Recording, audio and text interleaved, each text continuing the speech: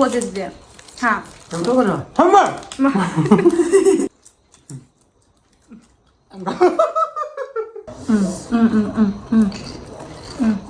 망고. 1, 2, 2, 3. 야,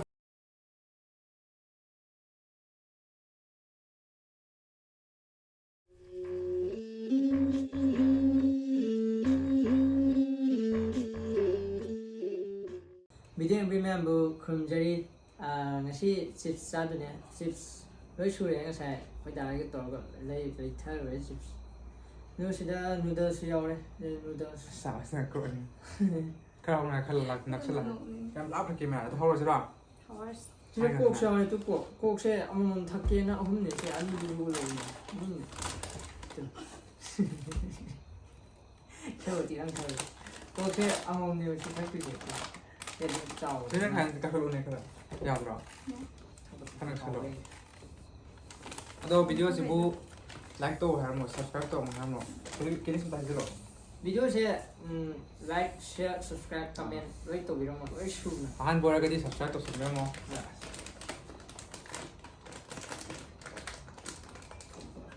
ꯀꯞꯇꯣ ꯑꯃ ꯃꯦꯟꯅꯁꯤꯔꯥ ꯀꯃꯥꯏꯅ ꯇꯧꯁꯤꯒꯦ ꯅꯪ ꯀꯞꯇ ꯊꯧꯔꯒ ꯑꯩ ꯀꯞꯇ ꯇꯧꯅꯤ ꯑꯃ ꯍꯥꯏꯕꯤꯔꯣꯁꯤꯅꯦ ꯁꯤꯀ꯭ꯌꯨꯔꯤꯇꯤ ꯑꯃ ꯍꯥꯏꯕꯤꯔꯣ ꯅꯪꯗꯣ ꯄꯨꯔꯛꯇꯣ ꯍꯥꯏꯕꯤꯔꯒꯦ ꯎꯗ꯭ꯔꯦ ꯀꯩꯝꯇ ꯑꯩꯅ ꯍꯥꯏꯔꯤꯁꯦ 컵이 어쩌고 오버이지 그게.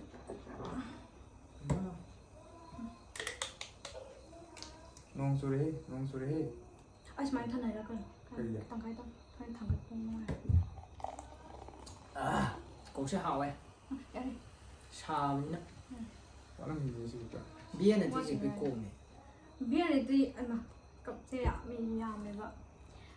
오케이 hꯧꯔꯁꯤ let's start ꯀꯃꯥꯏꯅ ꯍꯧꯗꯣꯏꯅꯣ ꯄꯨꯛꯇꯤ ꯈꯔ ꯇꯧꯔꯅꯤ ꯈꯔ ꯉꯁꯤ ꯅꯠꯇꯦ ꯁꯤ ꯆꯥꯕ ꯂꯣꯏꯕꯗ ꯁꯤ ꯇꯣꯁꯟ ꯆꯥꯔꯒꯦ ꯁꯦ ꯁꯤ ꯄꯥꯏꯔꯁꯦ ꯁꯤꯁꯦ ꯁꯤꯗ ꯍꯥꯞꯄ ꯆꯥꯎ ꯅꯨꯗꯜꯁ ꯂꯣꯏꯁꯤꯜꯂꯁꯤ 나만 레이. ꯁꯦ ꯍꯧꯔꯁꯤ ꯁꯤ ꯊꯦꯡꯉꯤ ꯆꯥꯅꯤꯡꯉꯦ ꯑꯁꯤ ꯀꯪꯈ꯭ꯔꯦꯕ ꯈꯪꯕ꯭ꯔꯥ ꯑꯁꯤꯁꯦ ꯁꯤ ꯀꯨꯏꯅ ꯁꯦꯝꯃ ꯂꯩꯔꯀꯥꯟꯗ ꯑꯦꯡꯒꯜ ꯌꯦꯡꯀꯥꯟꯗ ꯑꯣꯟꯅ ꯇꯩꯅ ꯀꯣꯠꯂꯦ ꯆꯥꯃꯁꯀꯁꯦ ꯁꯝꯁꯤ ꯀꯩꯅꯣꯝ ꯃꯥꯜꯂꯦ ꯁꯦ ꯀꯣꯠꯂꯣ 찝스 구워서 그냥 메뉴도 상상하고 이거. ꯆꯠꯊꯣꯛꯏ ꯀꯩꯗꯧꯔꯒꯦ ꯁꯤ ꯍꯥꯟꯅ ꯀꯩꯅꯣ ꯇꯧꯗꯣꯏ ꯁꯛꯄꯗ 그럼 장난하거든요. ꯐꯝꯖꯤꯜꯂꯅꯤ ꯍꯥꯏꯕ ꯅꯪ ꯃꯣꯔꯣꯛ ꯍꯥꯞꯄ꯭ꯔꯥ 아니 스파이시 누들스 뭐 해봐. 사야? 아니 그거는 나한테 불닭. 좀 한 잔이냐 ꯁꯤ ꯀꯩꯅꯣꯁꯦ ꯁꯤꯁꯦ ꯑꯃ ꯆꯥꯈꯠꯂꯣ ꯌꯥꯔꯦ ꯂꯣꯏ ꯆꯥ ꯉꯝꯃꯣꯏꯕ ꯃꯤ ꯑꯃꯅ ꯃꯤ ꯑꯆꯧꯕꯅꯤ ꯁꯤꯁꯦ 50 ꯄꯤꯕ ꯂꯦꯁꯅꯤ ꯆꯥꯁ ꯑꯆꯧꯕ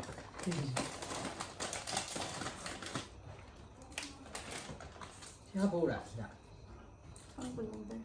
ꯍꯥꯞꯄꯧꯔꯥ 하거나. 그게 좋아하네.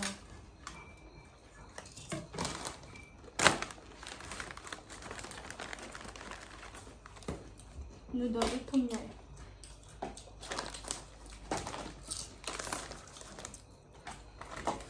아 나보다 왜 혼자지 사진 좀.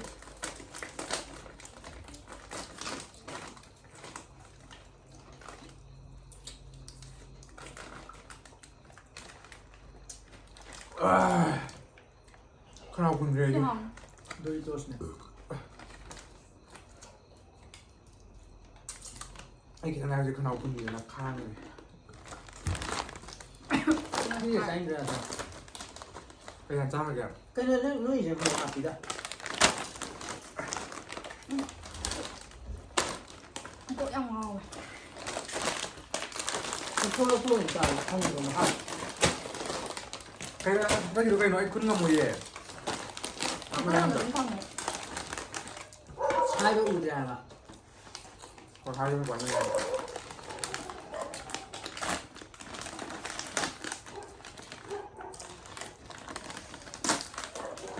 한개 너무 착하게. 그 사진 영 맞추면 되면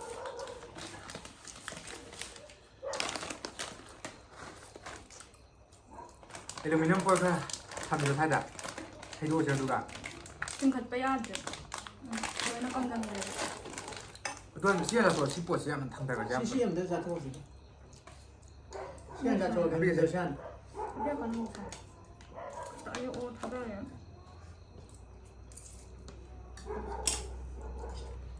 10%면 당다가 뭐 응, 많이 들라고 해나 Cheers. 그냥 못 사자. 하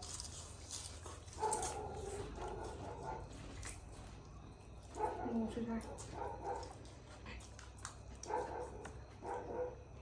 사람 나온 거 따로 시간 안 타이. 뭐 어떻게 하면 마사지 스파이시 누들스 네 하나. 아마 부닭 두리 넣게. 무사해 보세. 너무 탈때 보신 거야. 호이미. 그래서 너는 알고 그냥 이 사람한테 말씀을 차요. 지금 기지도 보고 있어요.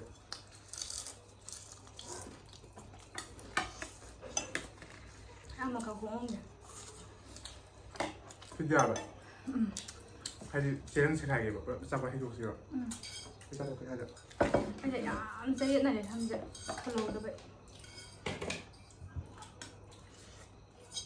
이제 못 타버리 와이 상하다. 이제 그때부터 보니까 이제 그러나. 생각하죠. 장에다 왜 대문다 대문부터 그래. 무사해 우리도.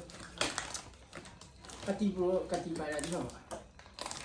4대 먹을 게. 까티바라 게. 아니 살. 무사해. 어제 스파이시 누들 쌍 먹는. 아직 사이 나자. 스파이시 누들 쌍. có mèo cũng trộm vậy. 그래. 안 그러면 못 걸을 거야. 우리 less. 안 걸칠 거라뇨. 그래서 알았대. 마 어디로 가래? 아 창문. 강대가. 다리 들어. 아, 데릴라. 바나나 아 칩. 집. 바나나 칩. 얘 가까이 놓어. 그냥 뿌리지나. 안 걸칠. 그런 거만 사드린 거. 차에 mấy 차를 줘. cái nó sai gì ạ? Cái nó có sai học gì? anh được không? không cái nó sai gì Hả? cái sai gì vậy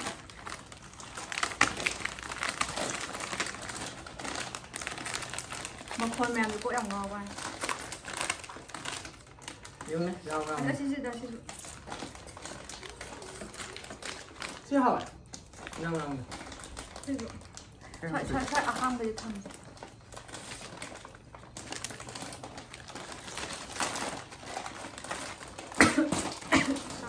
한. 자, 볼로 봐. mẹ ăn gì mà không mẹ ăn gì vậy Chứ xin một điểm bằng anh phải chăng mày gì xin Giảm được giảm à? Cái gì cùng. Anh thử anh. Anh để cái gì cả này chăng.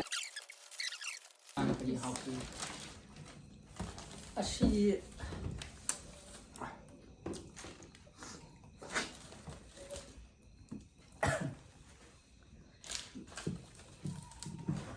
Okay, let's start. 야, 돼. 싸게 있으면 안 돼. 싸고 나. 싸고 좀 싸게 싸게 많이 좀 그것도 좀 내. rình sao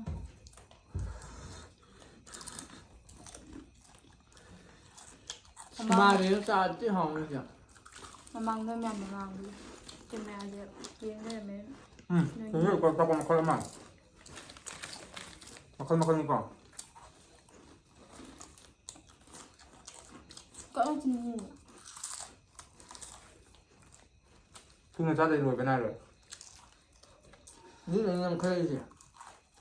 hay ở mái toi đây rồi Sau thì cái tấm dài nó thùng dài nó con mang ra. Cheese ball. 그런 거 있다 저거 가야지. mái tàu Thôi.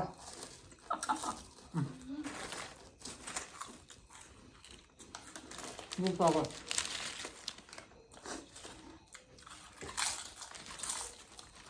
ở Yes. trên đây 네, 야, 가라.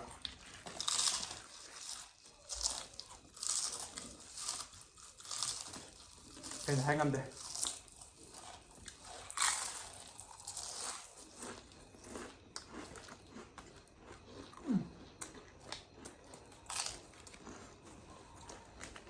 มัน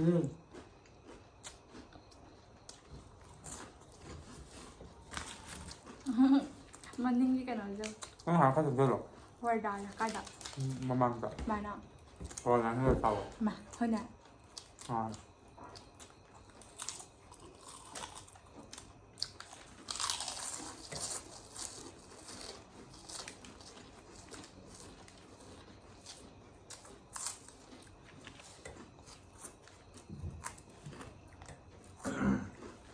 รวยงามปะ มันดูความเปรี้ยวจ้า ใช่แค่เดียว อืม จริงๆเราเลย yes เนี่ย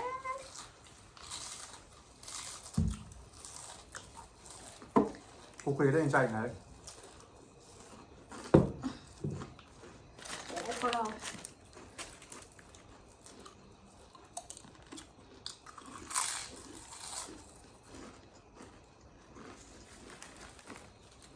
ตัวจ้าพัน ร้อน ร้อนหน่อย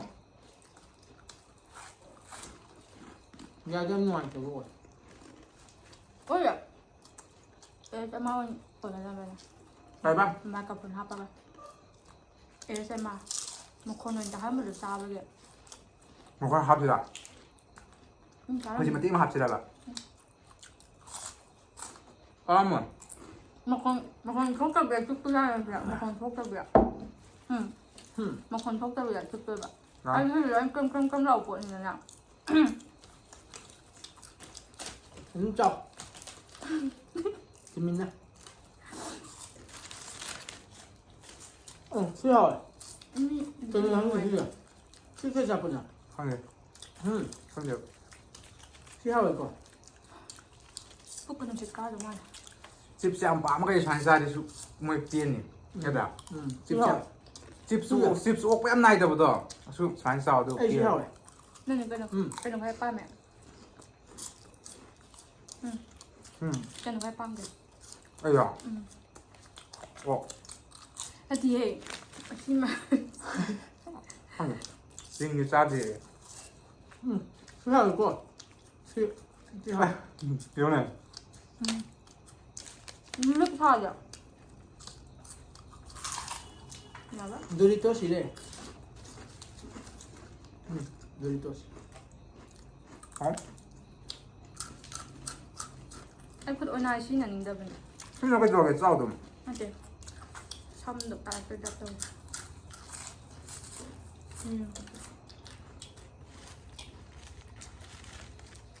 รวยงานจังมันสิบ่ 哎才这点，呀没吧，是不是？哎，你滚比不等那对不是？ ไอ้ที่แม่เขา 60比吧，后面的要呗，这个连续率2比不呢不是？俺们的。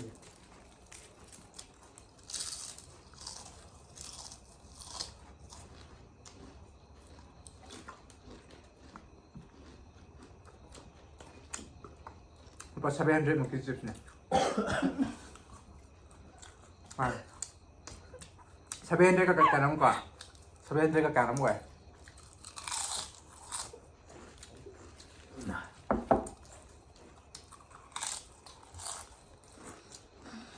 ว้ายตั้งใจที่จะต่อก็ 是果谁？ เอ้าเบื่อ ก็ยังมาบ้านที่ไหนวันตัวบีเจ็บแม่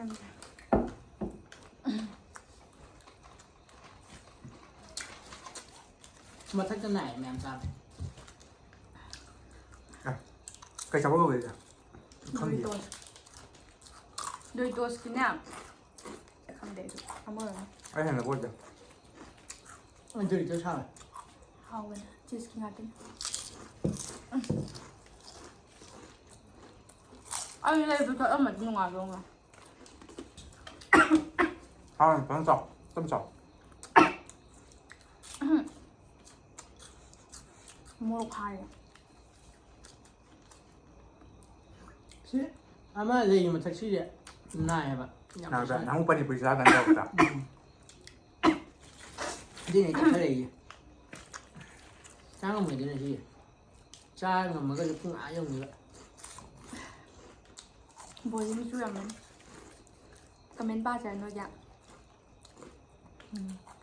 เป็นปั้นหรอ นั่นนี่ปลาที่เขาทำยังไงมาถึงปลาเลยมันปนนิดนึง เป็นปั้นหรอ ก็ชีวิตบ้านหรอมันคือสุชาติเลยปะอีบ้านดูเจ้าไอ้เด็กชิมงง ใช่ใช่เลย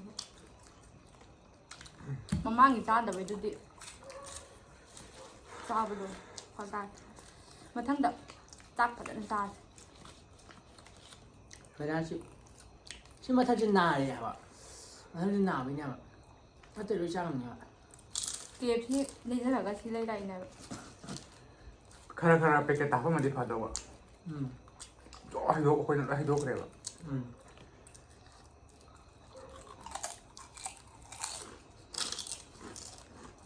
มาทั้งเกี๊ยวที่เจ้าแล้วเอ็มยาวหันเดือด hay chứ chứ giờ dây เอาแต่ก็เดียวเลย dây mà sao chả sốt thì nó vậy sốt bây giờ cũng tên là gì vậy trên lấy rồi mà chắc tên này เอาที่นอกก่อน มาตั้งนาน nó kim tương chụp rồi ใช่ไหมนั่งมันนะ อันที่ปุ๊กได้ยำสันนี้นี่แบบมาทำดูกินนั่งหายเนี่ยมาทำตัวดูนายไปยากอยู่มาทำตัวนายแบบ cái chỗ này à เจ้าดีตั้งนี่แบบ ngắm như vậy ไอ้นาน เอาคุยอยู่ช่างมันอยู่ที่ไหนเจ้าเลย นกอามุกจะปลอมจะหุบเสียที่ละ cái này thì thuộc về ทุกเจ้าคนละ xin mèo ไอ้ chết ไหน thiệt สุดตาตาแต่ แต่ไปให้หรอก ที่อามุกปลอมหุบเสีย นั่นไหนก็ตา อามุกจะปลอมหุบเสียแบบตาไปด้วยเดียว มึงต้องไปลงสิได้ ตาราง ตาวันเดียวทำไมพวกเดินหรอ ให้ดิยำนะ แล้วมาหู เดี๋ยว เลย ครับอาจจะชิดชิมไปแล้วนั่นละชิมมาทั้งนานเนี่ยแบบมาดูโชว์ไปเดี๋ยว ชิมไปวัน ชิ เดี ม ยว ไปแบบ ชิมมันเอาคนชิมปังโน่ตัวเฉย xin nhé nào đi nhỉ 啊，新年那儿就是说，你我觉得没是你绕些过的，知道吧？ như gì nhau thì 咋的路的嘞，记不记得 นี่ติ ？One, เลียวัน two, three。 cái ai thì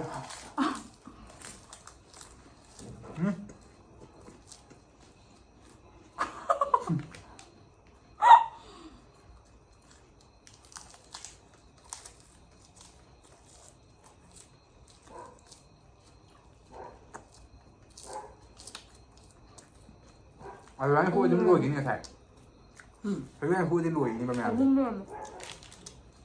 พวกเจ้ากินกัน 我刚有一个，我们没。 thu phân khang khang này rồi nó đi xa thì phun âm chẳng nhẹ xong rồi dandy，知道吧？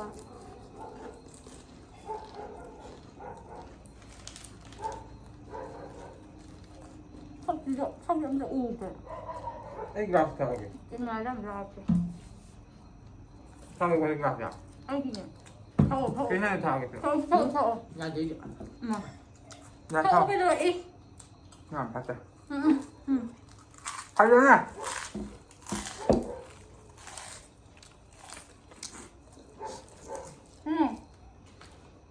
อันนี้ทำกันแล้วเท่ากันหน่อยที่ถกก็จะชูดโปรยแล้ว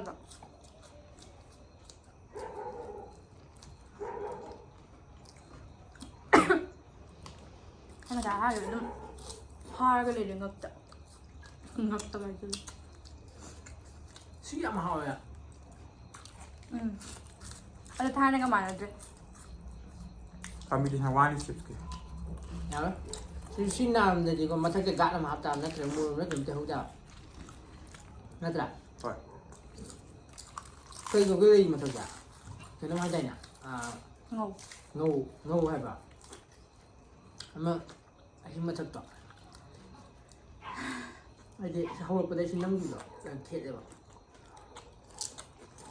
ตัวยี่ติมินช่วยคุณซาเซนรู้ดีนะว่าเราบีกันนึกงแมง แค่ม้วน ซาบัตถุก็ตำไอ้มอเตียคือกันจ้ะซาบัตถุก็ตำมีเนี่ยแบบคอมเพติชันมายาไม่ยาวกี่ตัวเลยเนี่ยยาวตัวเนี่ยนั่งยาวเลยตัวซาไปคอมเพติชันยามเลยอ่ะนั่งไพรส์ฟังบ่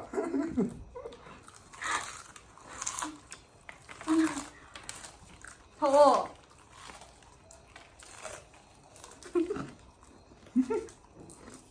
ใช่ก็ไหนได้ข้างเดียวหนูไม่มาเลย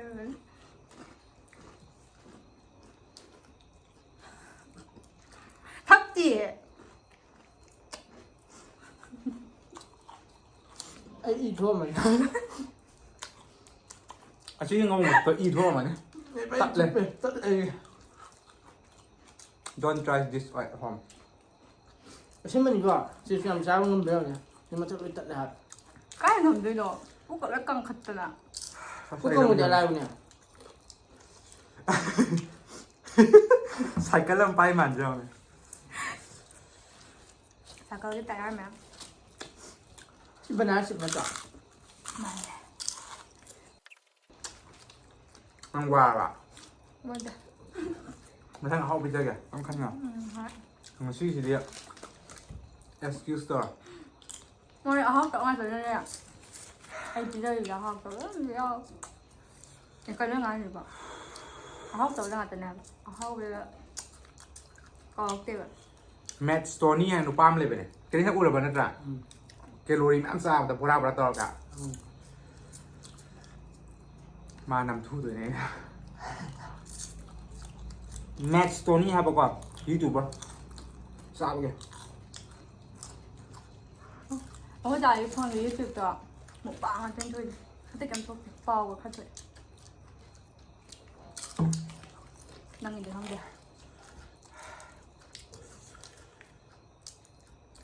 ไอ้ดิเยอรมันนี่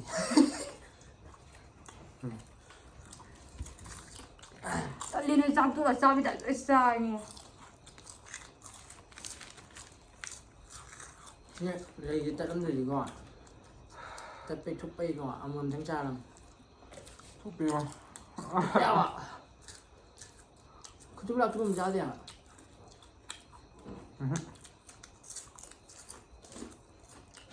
할 때요? 또 더 따로 해자. 이거 다 욕하는 레벨이니까 많이 짜지게. อย่าเชี่ย 아, 형 합비게. เนี่ยนะพี่เดินเนี่ย 형수 합보. ไปรับตัวอย่าง 많이. ครับอะไรนะครับใช่หรอครับผมกินซาโต้กินเนาะทำเนี่ยทำเดี๋ยว ทำนี่ทำเนี่ยสิ 수그려봐. พี่จะนั่งอยู่บ่นั่งจ่ายพี่จะแทนตกรายบาทนั่งชัวทำเนี่ยทำนะบ่ ถูกใช่ไหมปุ้งมันต้องจ่ายใจแบบนั่งแล้วแบบ นั่นนี่รู้นะพ่อดิ่ง ด้วยดิ 아니, 나. 아, 슬레이. ครับผมครับผม 아니, 나 트라이 들어오면 애기 야, 짠인데. มึงจะมาจ่ายตัวหรอ ครับนี่จะรวยไอ้นั่นภาษาหน้าทำยาไปทันนะแล้วกูต้องการเงินโหลนะกูจะหันจังเงินโหล 아이, เดี๋ยวพี่นั่งเราคุยสังเงินโหลไปทันนะ 해봐. สักคนแกว่ารู้กันสักคนกินจ้ะ 뜻이 올려. 해봐. อะไรฮัจจะหรอมาข้าวหลามต่อ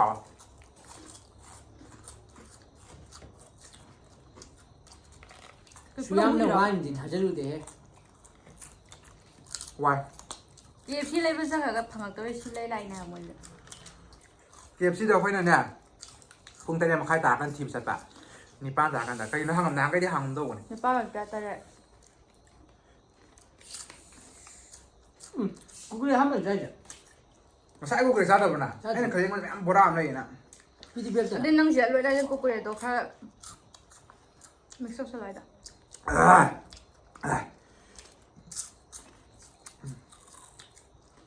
지는 저기 존나 짜고 잡다 그래. 야, 너무 락한 내 뭔가 사는 건 어떤 건데 하디. 밥 เสียนายนะบอก 시간 날때 엄마 사면 사기 오는 날 타는 건 너네. 끝까지. เกมนี้น่าให้เฉลยให้เฉลยไปเนี่ย 여기 스낵 살라드, 스낵 살라드.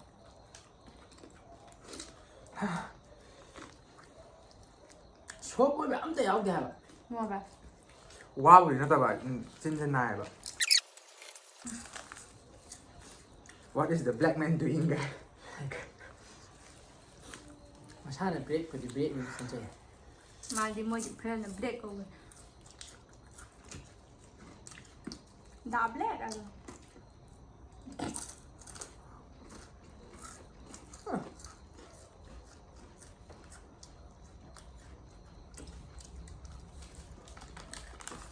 나 블랙 나 깼니?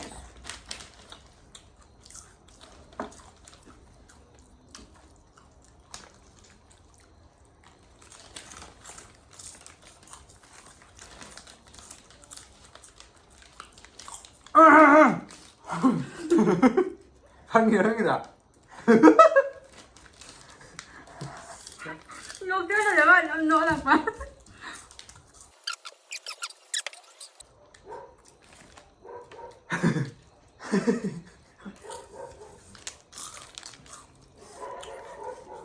ทำไมอันจี้ปกติทำไมไม่บอกอ่ะมันอยู่นั่นก็พายไว้แบบพายไว้แบบ 한판이자 아니야. ไม่มันพายไว้แบบ 아니 꺼져 안다. 김아한테 빼이 되는 거야. 앉아 해. 김아한테 이용 해보네. 아이고 잘해. พายไว้แบบนี้เปล่า 하지 미우도 한 빼이 앉아. 거의 무방 따라 파고. 힘들어. 아저 손도 빼 손도. 누가 이제로 야자. อย่าเลยอย่าเลยอย่าเลย ไม่ตัวไอ้แกตัวมันไปนะตัวมันนี่จะลงค่ะ 빡 도와래 또. 김아한테 우버 잡아. 잠깐만. 칼로 문엄 띄용. 이거 있어. ไอ้พัดแล้วอู้ดีก็ไม่เอาดิมินจะแก่หนูอีกดิมินจะแก่พาดิ 상해. งอมาพาแบบ 하지. ไม่ใช่ใช่ 싸고. ฮะ 싸고. ติดตัวเสื้อหลายรูเลยน่ากินเลยรูเลยดีเลยไอ้จ้าแต่ 아이 루어리네.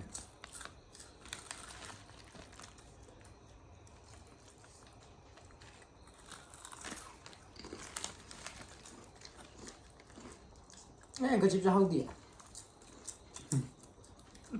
อันก็เป็นเหรอ 뭐 여기야 왜 ฮะ กันได้แบบ เป็นอันก็ชิบก็ชิบดีอ่ะ 그리고 야 옛날 말에 이제 석염 띵기다. 야 너무 잘해나. 마이 아이 하비야. ไอ้บัวเลย 나 튀겨 왜 빠만. มาอย่า这个买对家的会来在一起 야 튀겨 와 있잖아. 그다음에 피해는 홍기도래. อย่า就不来就买了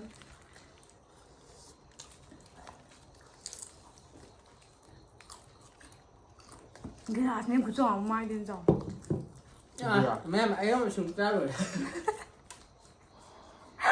mà có phải mày con chuyện ยังไงนะ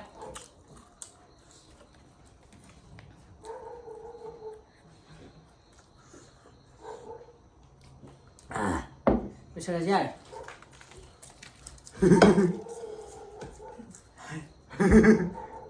cái ชื่อคนด้วยก่อนชาทีวียิงมันชา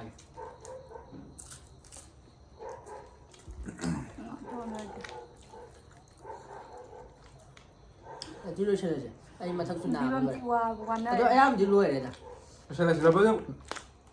เลยหูดีใช่ชีวิตโดยตัวเชื่อข้าววันดูกันชีวิตบรรดาสุขเลยเหรอสุขเลยเหรอ 그 선생님 이거 아니 신나네. 뭐 잘 ไม่ใช่หรอ 어. เดี๋ยวจะนั่นก็เช่นนี้แล้วก็เราค่อยกินเลย 왜 이렇게 내좀 뭐 상한다 그래 누가 미워라.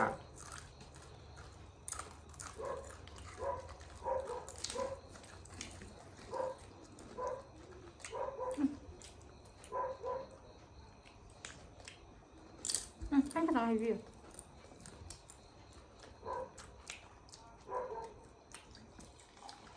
야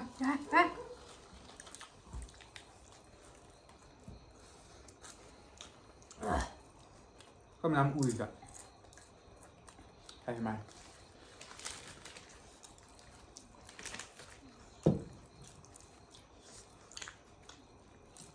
나는 곧 학교 배팅 망하더라자. 마네. 산대 하고 들어보네. ai ra đập rồi ra đập ra đập rồi coi 순간적으로. เอาไม่ได้ปัจจัยก็ไม่เกิน ôi nó bạc 봄 더럽을 때 없다고 응 한 안에 미소 부어주세요 자 น้ำโทษกันหน่อย 한번.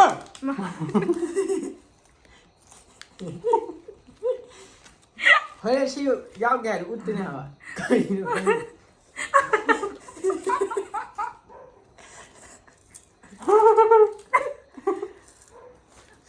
ꯑꯔꯣꯏꯕꯁꯤ ꯎꯠꯇꯣꯏꯅꯦ ꯍꯥꯏꯕ ꯏꯁꯧꯅꯦ ꯑꯔꯣꯏ ꯊꯝꯃꯤꯅꯦ ꯍꯥꯏꯕ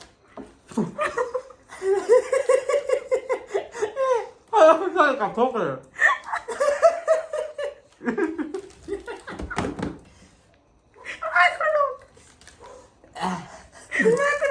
ꯅꯤꯁꯥ ꯄꯥꯜꯂꯛꯏꯅꯦ ꯈꯪꯉꯕ ꯑꯩꯈꯣꯏꯗ ꯑꯩꯈꯣꯏꯅꯗꯤ ꯈꯪꯖꯗ꯭ꯔꯤꯅꯦꯕ ꯁꯦ ꯌꯨꯉꯥ ꯅꯤꯁꯥ ꯄꯥꯟꯕꯗꯣ ꯑꯗꯨꯅꯦ ꯑꯩꯈꯣꯏ ꯇꯧꯔꯤꯁꯦ ꯆꯥꯅ ꯉꯥꯎꯔꯛꯏꯅꯦꯕ ꯉꯥꯎꯕꯒꯤ ꯁꯛꯇꯤꯗ ꯌꯧꯔꯦ ꯅꯤꯁꯥꯅꯤ ꯑꯩꯈꯣꯏ ꯄꯥꯜꯂꯤꯁꯤꯗꯤ ꯉꯥꯎꯔꯕꯅꯦ ꯅꯣꯔꯃꯦꯜ ꯂꯩꯇ꯭ꯔꯕꯅꯦ ꯑꯩꯈꯣꯏ ꯀꯣꯛ ꯑꯩ ꯃꯥꯏ ꯃꯥꯏꯅ ꯄꯥꯝꯕ ꯇꯥꯔꯁꯨ ꯀꯨꯏꯔꯦ ꯑꯩ ꯅꯣꯏꯁꯦ ꯅꯪ ꯑꯃ ꯂꯩꯗꯅ ꯂꯨꯄꯥ ꯀꯨꯀꯤ ꯑꯃ ꯂꯩꯕꯗꯣ ꯍꯥꯏꯗꯤ ꯏꯁꯩꯗ ꯑꯃꯨꯛ ꯑꯣꯊꯣꯛꯄꯤꯗꯣ ꯈꯪꯗ꯭ꯔꯣ ꯇꯥꯏꯒꯔꯗꯣ ꯇꯥꯏꯒꯔ ꯁꯤꯈꯤꯕꯗꯣ ꯃꯇꯤꯡꯒꯤ ꯆꯞ ꯆꯥꯎꯕꯗ ꯂꯨꯄꯥ ꯑꯣꯊꯣꯛꯄꯅꯦ ꯃꯥꯏꯗꯣ ꯃꯣꯏ ꯏꯁꯩ ꯇꯧꯔ ꯑꯗꯨꯗꯤ ꯃꯥꯗꯣ ꯑꯗꯨ ꯅꯤꯡꯁꯤꯡꯉꯕ ꯑꯗꯨꯗꯤ ꯃꯥꯟꯗꯕꯅꯦ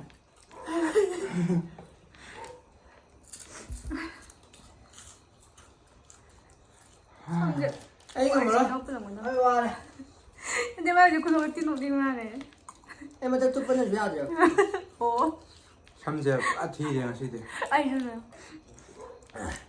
ꯈꯨꯏꯗꯤ ꯁꯦꯠꯂ ꯐꯒꯅꯤ ꯃꯊꯛꯁꯦ 스타도 lallu 얼굴 ꯃꯊꯛ ꯇꯨꯞꯄꯁꯦ ꯈꯨꯏꯗꯤ ꯁꯦꯠꯂ ꯐꯒꯗ꯭ꯔꯥ ꯐꯅꯤ ꯍꯣꯔꯦꯟ ꯈꯔ ꯅꯪ ꯀꯩꯅꯣ ꯇꯧꯕꯗꯤ ꯌꯥꯔꯣꯏ ꯁꯦꯕꯥ ꯇꯧꯕꯗꯤ ꯌꯥꯔꯣꯏ ꯍꯥꯏꯖ ꯊꯤ ꯍꯥꯏꯖ ꯄꯁꯟꯗꯦ ꯅꯪ ꯆꯥꯔꯤꯕ ꯅꯪ ꯂꯤꯔꯛꯄꯗ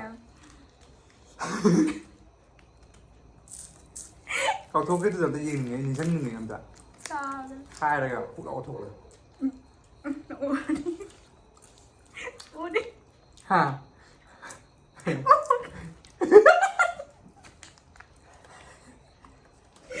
ꯌꯥꯝ ꯈꯠꯂꯦ ꯅꯪ ꯅꯈꯣꯏ ꯅꯣꯛꯅꯤꯡꯉꯥꯏ ꯅꯁꯛꯇꯣ ꯀꯩ 야채 어디 어디 계속 왔다 갔다 합니다. 갔다 놓아요. ꯒꯥꯏꯁ ꯃꯣꯏ ꯌꯥꯝ ꯈꯠꯂꯦ ꯅꯪ ꯅꯃꯥꯏ ꯄꯤꯊꯣꯛ ꯄꯤꯁꯟꯈ꯭래 ꯑꯩꯈꯣꯏ ꯍꯟꯗꯣꯛꯄꯤꯔꯕ꯭ꯔꯥ 까요. 예 한다간다 ꯀꯣꯡ ꯇꯧꯈ꯭ꯔꯦ 아시니 이거 니다 이거 ꯀꯣꯡ ꯂꯣꯏ ꯇꯧꯈ꯭ꯔꯦ ꯃꯈꯥꯗ ꯏ ꯃꯣꯏ ꯌꯥꯝ ꯈꯠꯂꯦ ꯇꯜꯂꯦ ꯍꯩꯅ ꯑꯃꯨꯛ ꯋꯥꯡꯗꯕ냐 마이크로도 신나겠지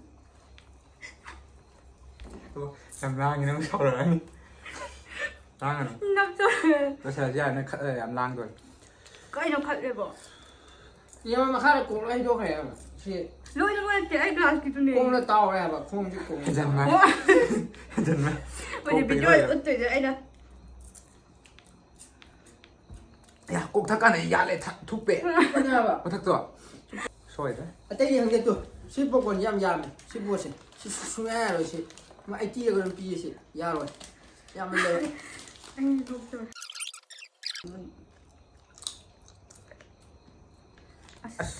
벌써 떼로에 สิบเสียหรือว่าตัดเทปนี่ 사태 그 노래가.